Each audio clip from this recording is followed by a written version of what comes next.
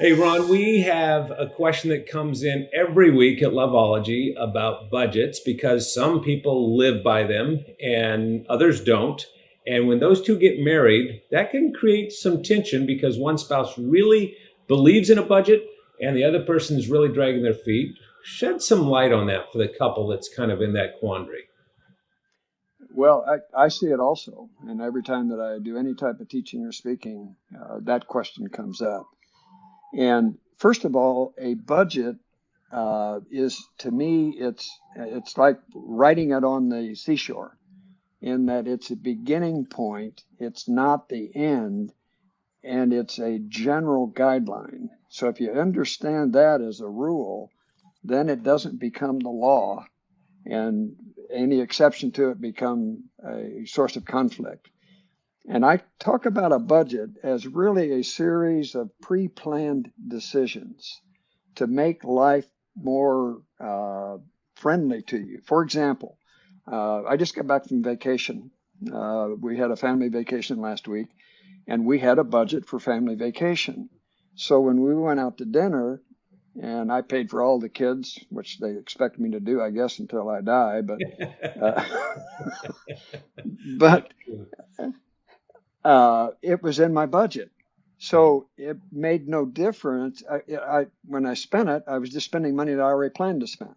sure. Therefore, there was no sense of guilt, no sense of wow overspending, Yeah. because it was in a budget. And a budget can be a terrific tool for husband-wife communication. Mhm. If you look at it as we're on the same side of the fence, trying to determine how to spend the resources that God has given to us, then it becomes a tool for communication. So you talk about clothes.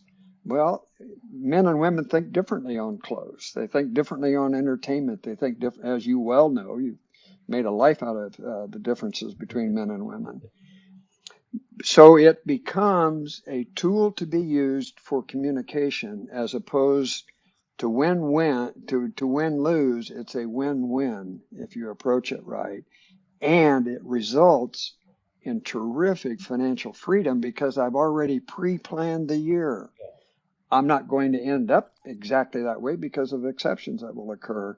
But having pre-planned the year, when the things come along, like vacations and like car repairs and uh, entertainment and so forth, I've already uh, got my answer on that. And Yeah. so it's a really positive thing, Les, but it really, because so many people use it as a hammer, it's got a bad reputation. So, if you're married to someone that is not gung ho about doing managing their budget, and you're really into it, do you have some advice for that person? Because I know it's not a wise idea to just hammer that home. No, you got to live by a budget because then it starts to feel like a parent-child relationship. So, what do you do?